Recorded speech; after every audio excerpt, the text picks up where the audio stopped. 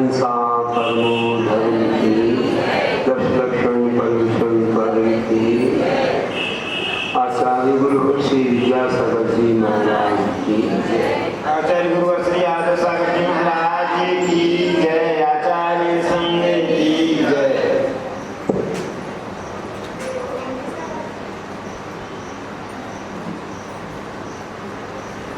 धर्मेंद्र, आज उत्तम ब्रह्म सभी धर्म के दिन हम लोग 10वां अध्याय सुनेंगे ही कि थोड़ा सा शेष रहा ध्यान का प्रसंग, कुछ और भी हम मुनियों के कुछ भेद यहाँ समझेंगे।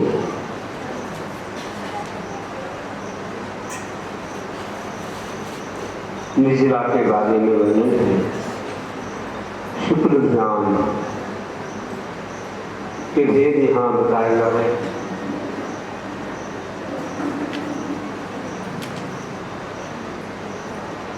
उनतालीस नंबर का सूत्र है,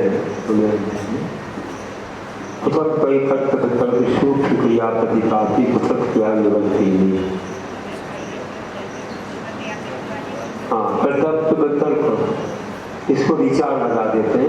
एकत्र वितर्क विचार, सूक्ष्म क्रिया प्रतिपाती और वितर्क क्रिया निवृत्ति, ऐसे शुक्ल ध्यान के ये 4 भेद होते हैं। शुक्ल ध्यान किसके आलम्बन से होता है? त्रिक योग का योगा योगा नाम। हाँ, शुक्ल ध्यान के 4 वेद क्रम से 3 योग मतलब मनोवचन का योग, 1 योग का योग और योग रहित जीवों के। अगर पहला पृथक वितर्क ध्यान मनोवचन का 3 योगों के धारक पे होता है, दूसरा एकत्र वितर्क ध्यान 3 योगों में से किसी एक योग के धारक पे होता है, और तीसरा सूक्ष्म क्रिया प्रतिपाती ध्यान केवल कायोग के धारक पे होता है, क्योंकि वहाँ ध्यान अवस्था तो वचन योग का है नहीं और वे केवल ज्ञानी बन गए हैं, तो ये मन का भी प्रयोग नहीं है, केवल द्रव्य मन बना रहता है, बाकी तो केवल कायोग से होता है सूक्ष्म क्रिया। और चौथा वितर्क क्रिया निवृत्ति ध्यान योग रहित अयोग के भी जो 14 गुण स्थान रखते हैं उनके होता है। आदि के 2 शुक्ल ध्यानों की विशेषता क्या है? एकाश्रय सवितर्क विचारे पूर्वे। पहले के 2 ध्यान एक आश्रय वाले सवितर्क और सविचार होते हैं। आदि के 2 ध्यान जो है वे पूर्ण सिद्ध ज्ञानी के ही होते हैं, मतलब पूरा ज्ञान, बादशाह का ज्ञान, तथा ये दोनों शुक्ल ज्ञान विकल्प और विचार सहित होते हैं। विचार कोई शब्द नहीं है, विचार तो ये बता देंगे क्या होता है विचार का। तो ऐसे होते हैं। अभी बता रहे एक एक सूत्र ही है इसका आदर्श। अविचारम तो एकत्र वितर्क विचार नामक दूसरा शुक्ल ध्यान विचार रहित होता है। देखिए कि जिसमें वितर्क और विचार दोनों होते हैं उसे प्रकल्प वितर्क विचार, जो केवल वितर्क से सहित होता है तो एकत्र वितर्क नामक और या विचार नामक दूसरा।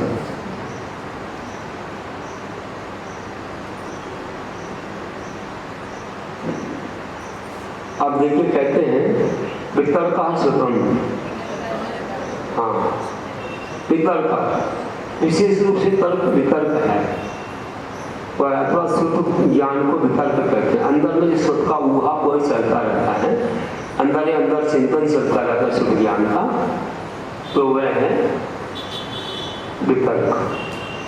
अब विचार का अर्थ क्या है? विचारों व्यंजन योग संक्रांति, अर्थ व्यंजन और योग की संक्रांति मतलब पलटना, परिवर्तन। जैसे ध्यान के योग द्रव्य और पर्याय, ये अर्थ हुआ। अर्थ मतलब क्या होता है कि ध्यान के योग द्रव्य और पर्याय, ये हुआ। और व्यंजन का वचन, और योग मन वचन कार्य की क्रिया, संक्रांति मतलब परिवर्तन। तो अर्थ संक्रांति में ध्यान करते समय द्रव्य को छोड़कर पर्याय का ध्यान करना, पर्याय को छोड़कर द्रव्य का ध्यान करना। तो इस प्रकार से विषय बदलता रहता है। ये अर्थ की संक्रांति। व्यंजन की संक्रांति शुद्ध के किसी एक वाक्य को लेकर, वैसे तो हम बोल नहीं रहे हैं, लेकिन किसी वाक्य का ध्यान करना। शुद्ध के किसी एक वाक्य को छोड़कर दूसरे वाक्य का सहारा लेते हैं, उसे भी छोड़कर तीसरे वाक्य का सहारा लेना। इस प्रकार ध्यान करते हैं तो वहां वचन की संक्रांति। वचन मतलब अपन नहीं बोल रहे हैं, जो भगवान के वचन हैं उसी में वाक्य में अलग अलग ध्यान चलता है। ये शुक्ल ध्यान है ना, इसमें तो मुनिराज ध्यान में बिल्कुल एकाग्र रहते हैं। अंदर अंदर में विषय का चिंतन चलता है। अब योग संक्रांति, कायोग को छोड़कर अन्य योग का ग्रहण करना। कायोग तरफ उनका मन था कि कायोग के बारे में विचार कर रहे थे कि ये कैसे क्या है, कैसे बना है और इसमें क्या विशेषता है आदि। और उसे छोड़कर अन्य योग को ग्रहण करना, योग संक्रांति। तो ऐसे इनका ध्यान चलता है। तीनों में संक्रांति होती रहती है। तो ये संक्रांति के बारे में भी कहते हैं। इसका थोड़ा सा विषय और हमने खोला है, आगमन योग में आप पढ़ेंगे।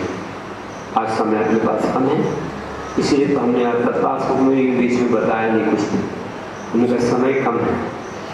अब आगे पात्रों की अपेक्षा निर्जला का क्रम बताते हैं, किसकी कितनी निर्जला होती है। सम्यक दृष्टि स्वाभक वृत्तानंद वियोजक दर्शन मोह सत्कोप शंकोप शांत मोह शपक क्षीण मोह जिनाह क्रमशो संख्ये गुण निर्जलाः।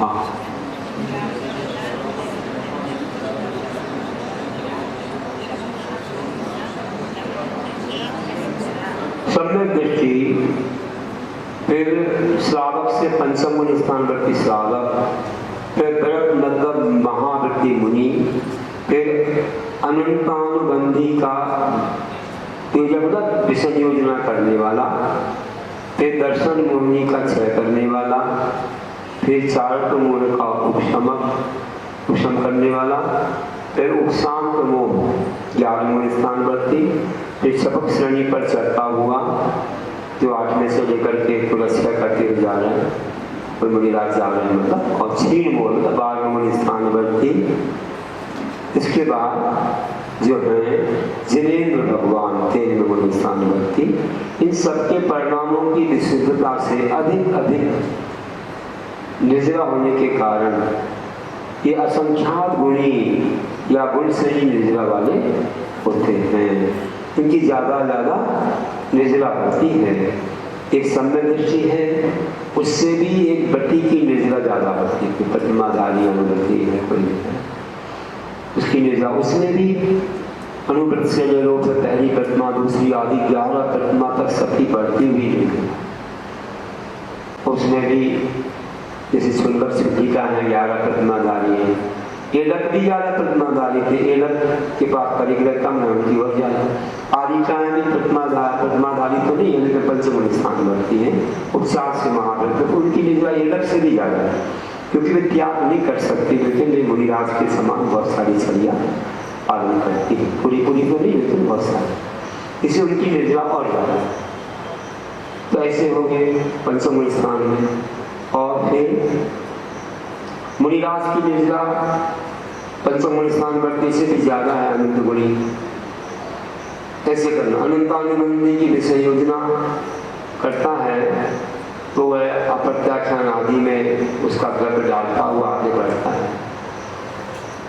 और दर्शन मुनि का क्षय करने वाला जो सहायक समदृष्टि बन रहा है वह, फिर 4 कमल का उपशम करने वाला, जैसे उपशम श्रेणी चढ़ रहे हैं जो मुनिराज, उनकी ज़्यादा है।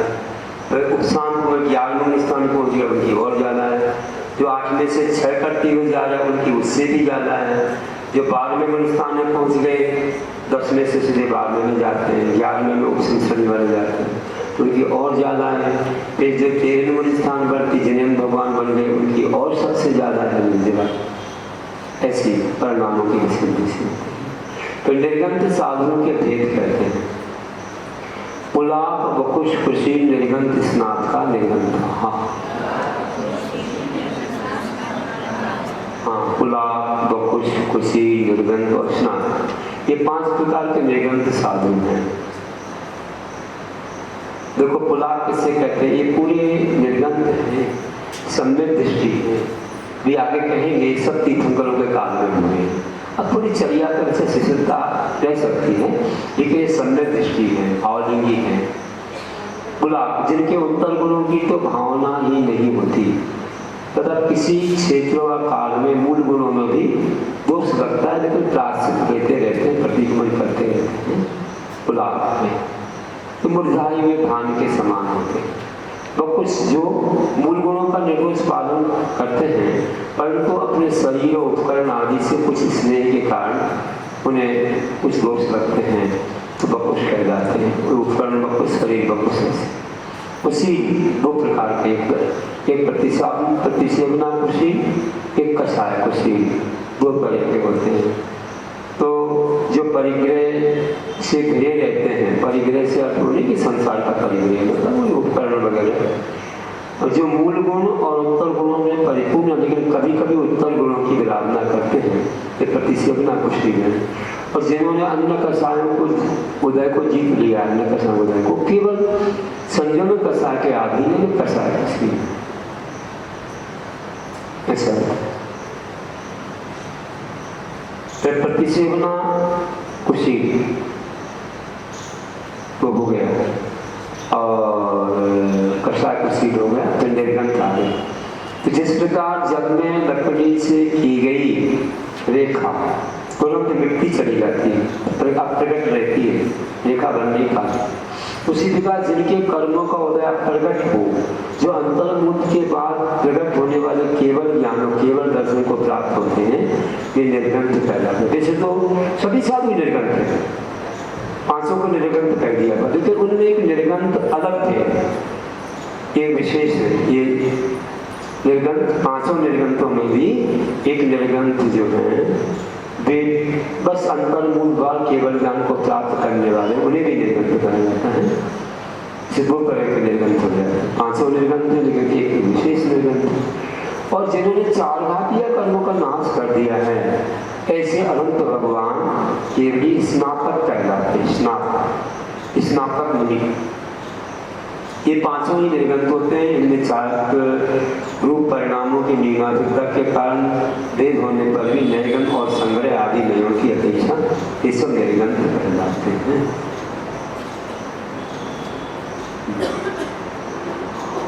अब आगे कहते हैं एक बहुत विशेष रूप है। पुलाक आदि मुनियों की विशेषता क्या है? ये कितने संयम वाले, शुद्ध ज्ञान वाले, या कैसी प्रतिसेवना होती है, तीर्थ कौन से तीर्थ में होते हैं, लिंग आदि, ये सौपाल आदि स्थान, इनके बारे में बता रहे हैं। तो कहते हैं संयम शुद्ध प्रतिसेवना तीर्थ लिंग स्तूपाद स्थान कल्पता साध्या।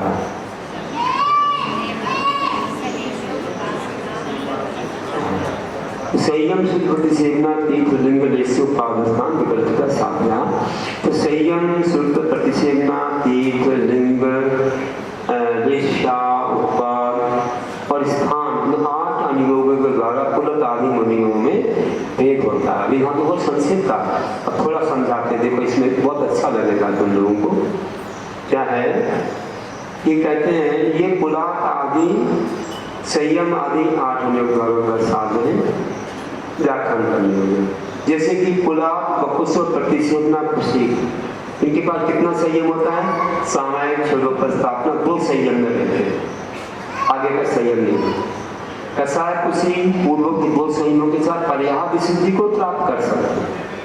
शुभ संप्रदाय संयम पर्याप्त विशुद्धि शुभ संप्रदाय दो को प्राप्त कर सकते हैं, क्योंकि इनके मां संयम कसाय दशम स्थान पर पहुंचे। निर्गंत और स्नातक एकमात्र यथार्थ संयम है, मतलब ये 11वें स्थान से लगा लेना कि 11वें स्थान से वे निर्गंत कहलाते हैं और 13वें स्नातक कहलाते हैं। मतलब ठीक है, एक प्रकार से वैसे तो जिनको अंतर्मुख में केवल ज्ञान पाना है तो 12वें स्थान वर्दी होना चाहिए, क्योंकि 11वें वाले नीचे उतरेंगे फिर चढ़ना पड़ेगा इस सबक श्रेणी, इसलिए इन्हें 12वें स्थान वर्दी निर्गंत होते हैं और 13वें स्नातक। अब शुद्ध कितना होता है, इन सभी मुनियों के पास कितना शुद्ध ज्ञान होता है, कम से कम ज्यादा से ज्यादा पुलाक बकस्व प्रतिसेवना कुशील उत्कृष्ट रूप से अभिन्नाक्षर 10 पूर्व घर होते हैं। देखो पुलाक के पास इतने मतलब कोई घोष भी लग जाते हैं कुछ भी, तो भी कितना शुद्ध ज्ञान हो सकता है। बकुश प्रतिसेवना कुशील मतलब 10 पूर्व के धारी हो सकते, 10 पूर्व तक का ज्ञान हो सकता है। कसाय कुशी और निर्गंत 14 पूर्व हो सकते हैं, इनको द्वादशांग का ज्ञान हो सकता है। जगन रूप से पुलाक का शुद्ध ज्ञान आचार वस्तु मात्र है, 5 समित 3 गुप्ती मात्र, जगन में से इतना भी रह सकता है। और बकुश कुशी निर्गंत का शुद्ध ज्ञान 8 प्रवचन मात्र का प्रमाण होता है जगन रूप से। आचार वस्तु बहुत छोटा होगा और 5 और 3 बुद्धि रूप ये 8 प्रवचन मात्र का रूप जो है ये बकुश कुशी निर्गंत होके होता है। इतना छोटा सा ज्ञान होके भी इतने आगे बढ़ जाते हैं, बताइए कि 12वें स्थान तक पहुंच रहे हैं। तो ये बाहरी शुद्ध ज्ञान है। अंतरंग में तो वे क्योंकि शुक्र साध्य पूर्वजा ये आदि के जो शुक्रज्ञान पूर्व विद्वानों होते हैं तो उन्हें भाव से हो जाता होगा, तो स्नातक शुद्ध ज्ञान से रहित केवल ही होते हैं। अब प्रतिसेवना के बारे में कहते हैं कि दूसरों के दबाव जबरदस्ती से 5 मूल गुण और रात्रि मुक्ति वज्रन में से किसी एक की प्रतिसेवना करने वाला पूरा बकुश 2 प्रकार के होते हैं, उपकरण बकुश शरीर बकुश, उनमें से अनेक प्रकार की विशेषताओं को लिए हुए उपकरणों को चाहने वाला उपकरण बकुश शरीर का संस्कार जो है उसे नहीं छोड़ पा रहा है तो शरीर बकुश है। प्रतिसेवना कुशी मूल गुणों की विराधना न करता हुआ उत्तर गुणों की किसी प्रकार की विराधना की प्रतिसेवना करने वाला होता है। कसाय कुशी निर्गंत स्नातकों के प्रतिसेवना नहीं होती, कभी कोई विराधना नहीं होती, जो रोज रहते हैं। तीर्थ ये सब निर्गंत सब तीर्थंकरों के तीर्थों में होते हैं, मतलब सब तीर्थंकर काल में हुए हैं। लिंग 2 प्रकार के, द्रव्यलिंग भावलिंग। भावलिंग की अपेक्षा 5 ही साधु निर्गंत लिंग वाले हैं, सब निर्गंत ही है। द्रव्यलिंग की अपेक्षा कोई शरीर की ऊंचाई रंग तिछी आदि की अपेक्षा से उनमें भेद है कि इस रंग के कमंडल वाले ऐसे ऊंचे नीचे शरीर वाले आदि, ये द्रव्यलिंग है। द्रव्यलिंग का है नहीं कि वह मिथ्या दृष्टि, वो अपनी द्रव्य मतलब शरीर, भाव मतलब जो है ना अंतरंग से निर्गंत है, मतलब श्रृंगार आदि से रहते कोई श्रृंगार नहीं है न कोई मिथ्या है। दृश्या पुलाक के आगे की 3 दृश्याएं होती हैं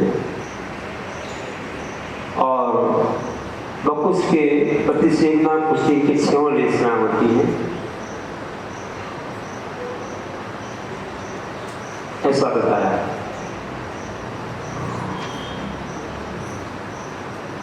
और कसाय कुशी के अंत की 4 दृश्यां होती हैं। अब जिससे पहले कहा कि पहले की तो फिर पंक्ति पर शुरू लगाएंगे, मतलब पुलाक कैसा कर दिया। और बकुश प्रतिसेवना कुशी की 6 दृश्यां होती, क्योंकि थोड़ा उनके लिए कुछ ऐसे भी कार्य करना पड़ते हैं जो शिष्य आदि की व्यवस्था या विहार आदि की व्यवस्था, औषधि आदि की व्यवस्था, तो थोड़ा सा उनको किसी को थोड़ा डांटना डूटना भी पड़ता है, इसी 6 दृश्यां हो जाती है। कसाय कुशी के अंत की 4 दृश्यां होती है, मतलब उनके कृष्ण लीन नहीं होती है।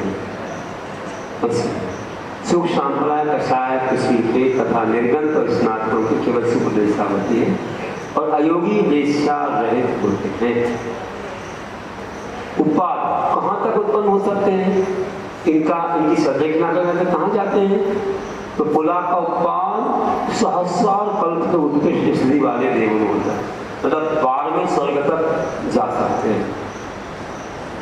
बकुश और प्रतिषेधना कुशी का उत्कृष्ट उत्पाद आरण अच्छित मतलब 16वें स्वर्ग तक 22 सागर साबुलपुर की स्थिति वाले देवों में होता है। कषाय कुशी को निर्गंध का उत्कृष्ट उत्पाद सर्वार्थ सिद्धि में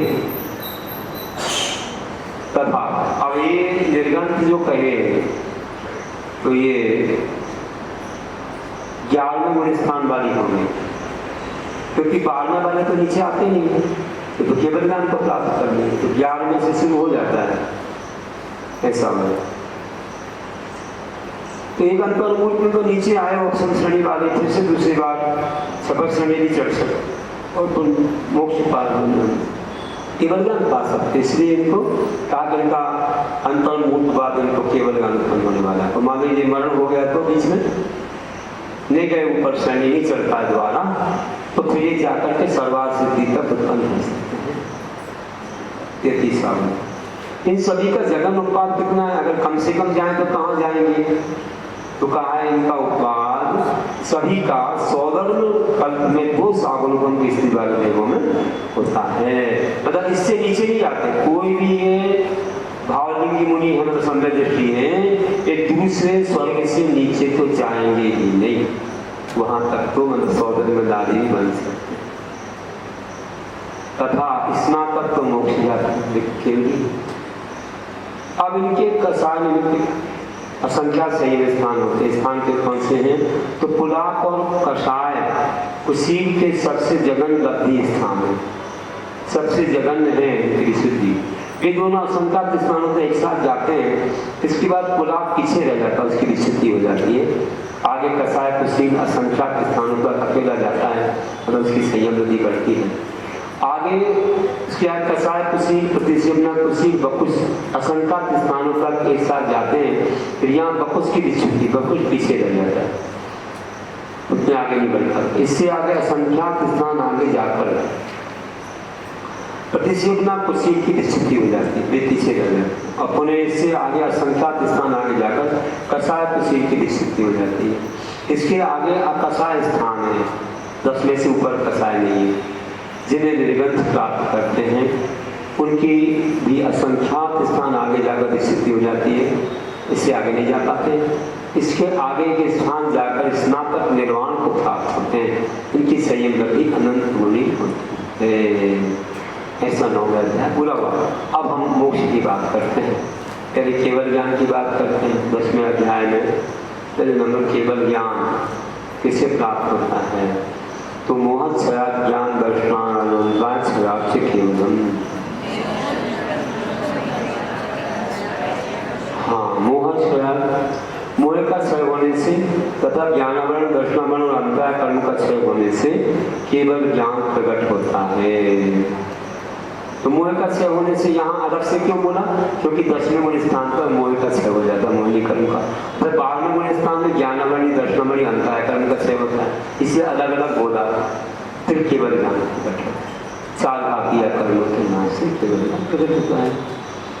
मोक्ष के कारण और लक्षण क्या है, तो बंध हेतु भाव निर्जलाभ्याम कृष्ण कर्म विपर मोक्ष मोक्ष कहा। हाँ, कहते बंध हेतु अभाव, बंध हेतु अभाव, बंध के कारणों का अभाव तथा निर्जलाभ्याम, निर्जला होने से जो कृष्ण मतलब संपूर्ण कर्मों का क्षय हो जाना, अत्यंत अभाव हो जाना मोक्ष कर जाता है। एक तो बंध के हेतुओं का अभाव हो गया कि उनके पास बंध के कोई कारण नहीं है, कसाय भी नहीं रही और बाद में योग भी नहीं रहता और समस्त कर्मों का क्षय हो जाता है। पहले घातिया कर्म घातिया भी छूट जाते हैं। तो इस कारण उन्हें मोक्ष की प्राप्ति होती है। तो कृष्ण कर्म विप्र मोक्ष, मोक्ष ये बहुत महत्वपूर्ण बात है। संपूर्ण कर्मों के क्षय से मोक्ष होता है। फिर मोक्ष में रहने वाले भाव कौन से हैं? जैसे यहाँ से मोक्ष प्राप्त हो गए तो वहाँ पर कुछ भाव रहेंगे कि नहीं रहेंगे? जीव कैसे रहेगा, किन भावों से? तो कहते हैं औपसम्मत आदि भगवत का नाम से। और पहले नंबर तो ये बताएंगे कि किन भावों का अभाव हो जाता है, मोक्ष में ना रहने वाले भाव कौन से हैं। तो कहते हैं कि जैसे कर्मों का अभाव हो जाता है, वैसे मोक्ष में संपूर्ण औपसमिक, क्षरोपसमिक, औधिक तथा पारमाणिक भावों में से भगवत्व भाव का मुक्त जीव के अभाव हो जाता है। औपसमिक भाव नहीं, क्षरोपसमिक नहीं, औधिक आदि भाव नहीं, और पारमाणिक भाव जो कहे गए हैं ना, जीवत्व, भगवत्व, अभव्यत्व, तो अभव्यत्व है ही नहीं। तो भव्यपना था, मोक्ष जाने की योग्यता थी, तो अब मोक्ष मिल गया तो योग्यता का अभाव हो गया। सर्विस मिल गई तो सर्टिफिकेट का कोई काम नहीं है ना। लेकिन जीवत्व भाव रहता है, बस पारमाणिक भाव में से जीवत्व भाव रहता है, क्योंकि इसमें कोई कर्म की अपेक्षा नहीं है। फिर कौन से भाव जो है अभाव को प्राप्त नहीं होते हैं? और भी क्या उनके पास रहता है? अन्य तो केवल सम्यक ज्ञान दर्शन सिद्ध होते हैं। तो ऊपर वाले जो भावों का अभाव होता है वो इनको छोड़ करके होता है कि केवल सम्यक तो उनके पास रहता है, केवल ज्ञान रहता है, केवल दर्शन रहता है, सिद्धत्व भाव को छोड़ करके बाकी भावों का अभाव होता है। अब जब वे कर्मों का क्षय होने से सिद्ध बन जाते हैं तो फिर कहाँ जाते हैं, कहाँ रहते हैं? सिद्ध तो यही बनते हैं, मोक्ष तो यही होता है, लेकिन तो रहने का स्थान कहाँ है? तदनंतर मूलगम गच्छत्या लोकांता। समस्त कर्मों का क्षय होने के बाद मुक्त जीव लोक के कहाँ जाता है? लोक के अंत में, अंत तक पहुंच जाता है, ऊपर चला जाता है। कर्मों का अभाव हो गया तो सिद्ध वस्तु नीचे नहीं रहती। जैसे बर्तन में आपने घी डाल दिया, ऊपर से दूध पानी डालो तो घी कहाँ जाएगा? ऊपर आएगा। वैसे ही शुद्ध आत्मा नीचे नहीं रहती, वो लोक के अंत तक चली जाती है। और ऊपर भी जा सकती थी, लेकिन क्यों नहीं जाती है? इसकी बात आगे कहेंगे, 8 नंबर सूत्र में कहेंगे। अभी बीच में कुछ और कह रहे हैं कि ऊपर जाने में क्या कारण है, ऊपर कैसे जाते हैं? ऊपर चला जाता है लोक के अंतर, क्यों जाता है, कैसे जाता है? तो उसके बारे में उदाहरण भी बताएंगे। पूर्व प्रयोगा संगत्वा बंधक सेवा तथागति परिणाम से। पूर्व प्रयोगा तो पूर्व संस्कार से। पहले बहुत बार भावना भाई कि मुझे ऊपर जाना है, ऊपर जाना, ऊपर जाना। आप लोग रोज बोलते ना, ओम नमः सिद्धेभ्यः, ओम नमः सिद्धेभ्यः। बार बार ऊपर का ध्यान करते हो तो छूटने के बाद तो ऊपर ही जाएंगे। संग रहित होने से, असंगत का मतलब संग क्या था? कर्मों का संग था या परिग्रह था, शरीर था। और बंधक छेदा कर्मबंध का नाश होने से, और फिर तथागति परिणाम से, और तथागति परिणाम मतलब ऊर्ध्वगमन का स्वभाव होने से। आत्मा का स्वभाव ऊपर की ओर जाना है, हल्की होती है जब कर्मों के बंधन से छूट जाती है, ऊपर की ओर ही जाना स्वभाव। इसके लिए उदाहरण दे रहे हैं, इन सभी के लिए उदाहरण दे रहे हैं। देखो आगे बहुत अच्छा सूत्र है। आविद्य कुलाल चक्रवत गदगद वेपालांबु बदेवन निधि बदगनी सिखाओ से।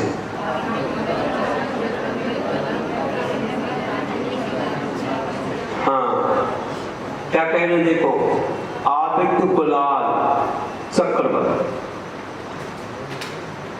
ये जीव है कुंभकार के द्वारा घुमाए हुए चाक की तरह, एक उदाहरण। दूसरा जैसे कहा था पूर्व संस्कार से, तो पूर्व संस्कार क्या हुआ? जैसे कोई साइकिल चलाता है, जोर से चलाते चलाते एकदम ब्रेक मार दे तो साइकिल फिर चलती है थोड़ी सी। कहाँ चलती है? आगे की ओर चलती है।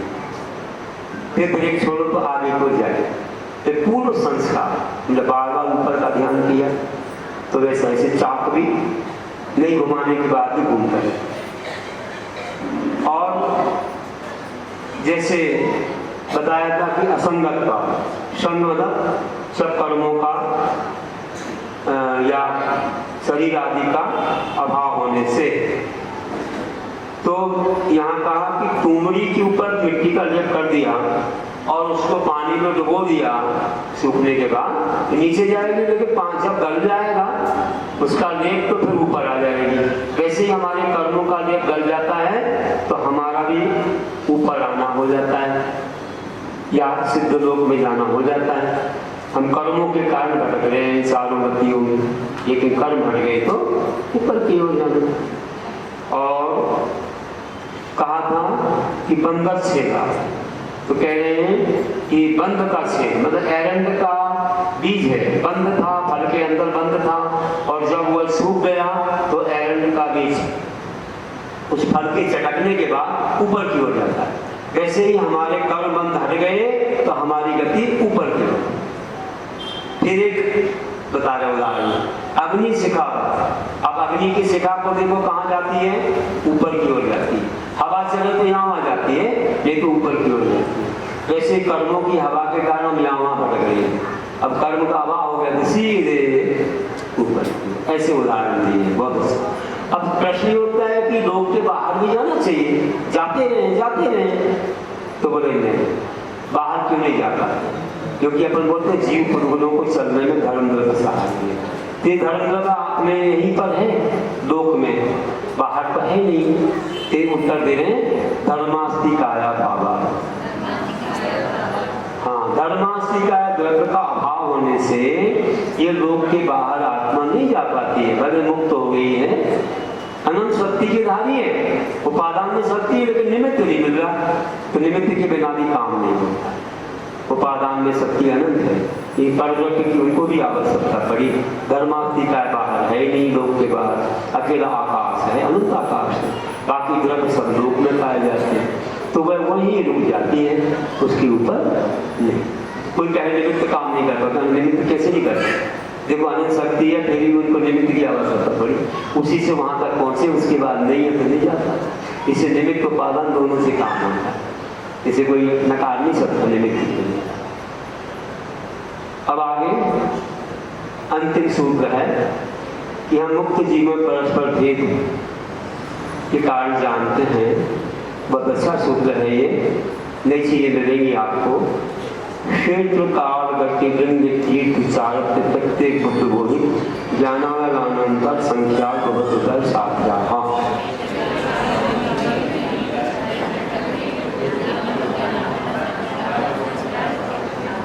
क्षेत्र काल गति लिंग तीर्थ चारक प्रत्येक बुद्ध बोधित बुद्ध ज्ञान अवगायना अंतर संख्या और अल्प बहुत इन अनुयोगों से सिद्धों में भी भेद साधने योग्य। कैसे कैसे ये बने हैं इसको जानिए, इसको अपन जानते हैं।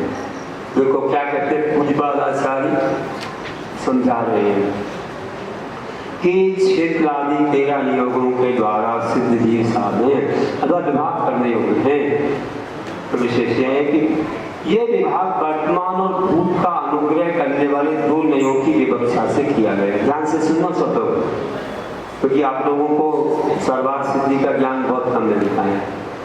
तो ये जैसे कि क्षेत्र की अपेक्षा किस क्षेत्र में सिद्ध होते हैं, तो वर्तमान को ग्रहण करने वाले नए की अपेक्षा सिद्धि क्षेत्र में, जहां से मतलब उन्होंने कर्मों को नाश किया, अपने प्रदेशों में या आकाश प्रदेशों में सिद्धि होती है। अपने प्रदेश में असंख्या अपने या आकाश में संख्या आदि, तो इनमें सिद्धि होती है। अतीत को ग्रहण करने वाले नए की अपेक्षा जन्म की अपेक्षा 15 कर्म भूमियों और अपहरण की अपेक्षा मानुष क्षेत्र में सिद्धि होती है। जान गए 15 कर्मों में से 5 भरत 5 अगवत 5 महावीर हो गए 15। और अपहरण की अपेक्षा जैसे कोई महाराज जी ध्यान लगाए हुए हैं कर्म भूमि में, किसी देव ने उनको उठाया ध्यान तो लगा था तो समुद्र में फेंक दिया या भूमि में डाल दिया। तो 2.5 दिन के अंदर कहीं भी डाल दे तो ध्यान तो लगा था, वहीं से मुक्त हो जाए। जरूरी ये नहीं है कि वो कर्म भूमि से जाएंगे, यहाँ के हैं उत्पन्न होने वाले, लेकिन कहीं से भी मोक्ष हो सकता है। अपहरण से उठा के कहीं भी किसी में डाल दिए तो देव लोग कैसा बैर से कर देते हैं, लेकिन उनका ध्यान लगा रहता है, मोक्ष समुद्र से भी हो जाए। अब और ध्यान से सुनना, देखिए क्या कहते हैं। काल की अपेक्षा किस काल से सिद्धि होती है? वर्तमान ग्राही नए की अपेक्षा एक समय में सिद्ध हुआ जीव सिद्ध होता है। अतीत ग्राही नए की अपेक्षा जन्म की अपेक्षा सामान्य रूप से उस स्वप्नी और स्वप्नी में उत्पन्न हुआ जीव सिद्ध होता है। विशेष रूप से अवस्वप्नी में सुषमा दुष्मा के अंत में और सुषमा में उत्पन्न हुआ सिद्ध होता है। भोगभूमि जी आने से सुषमा दुष्मा काल था, गति काल, उसके अंत में आदिनाथ भगवान मोक्ष गए, अनंत देव गए, बाहुबली गए, तो उसमें हो सकते हैं। अथवा दुष्मा सुषमा चौथे काल में उत्पन्न हुआ जी सिद्ध होता है।